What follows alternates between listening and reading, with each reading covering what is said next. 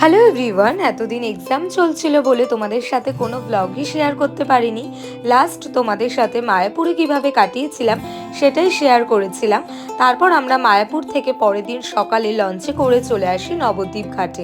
আর সেখান থেকেই আমরা সবাই সকালের কচুরি আর ছোলা ডাল দিয়ে ব্রেকফাস্ট করে নিই। আর আমাদের নবদ্বীপে রিলেটিভস বাড়ি ছিল, তো সেখানেই আমাদের ব্যাগগুলো রেখে চলে যাই পোড়ামাতলা মন্দিরে পুজো দিতে। তারপর আমরা সেখান থেকে নবদ্বীপের আরও 2-3টে মন্দির দর্শন করি।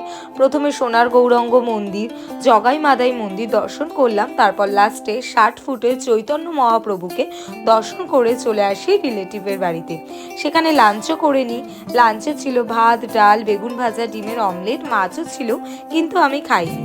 তারপর আমরা সেখান থেকে নৌকো করে চলে আসি স্টেশনে। আর নৌকোতে যেতে যেতেই আমরা বোনেরা মিলে প্ল্যান করছিলাম যে বাড়ি যাব না, যাব বড় পিসির বাড়িতে, যেটা পুরোটাই বড়টিকে সারপ্রাইজ দেওয়া হবে। আর নবদ্বীপ থেকে বড়টি বাড়ি যেতে খুব একটা বেশি সময়ও লাগে না, তাই আমরা ট্রেন বাস জার্নি করে চলে আসি বড়টির বাড়িতে।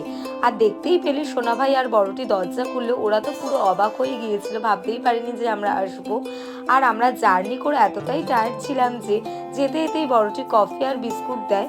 আর কফি খেতে খেতে আমরা সবাই মিলে গল্প করছিলাম। প্রায় 1 বছর পর আমরা সবাই একসাথে হয়েছি, এর আনন্দটাই আলাদা। তারপর রাতের ডিনারও করে নিই। ডিনারে ছিল ফ্রাইড রাইস, চিকেন চাপ, বেগুনি আর ইলিশ মাছ ভাজা। আর আমি খেতে খেতে এটাই ভাবছিলাম যে বড়টির বাড়ি জানিয়ে আসেনি, তাই এত আয়োজন। আর জানিয়ে আসলে তো আয়োজনেরই শেষ থাকতো না।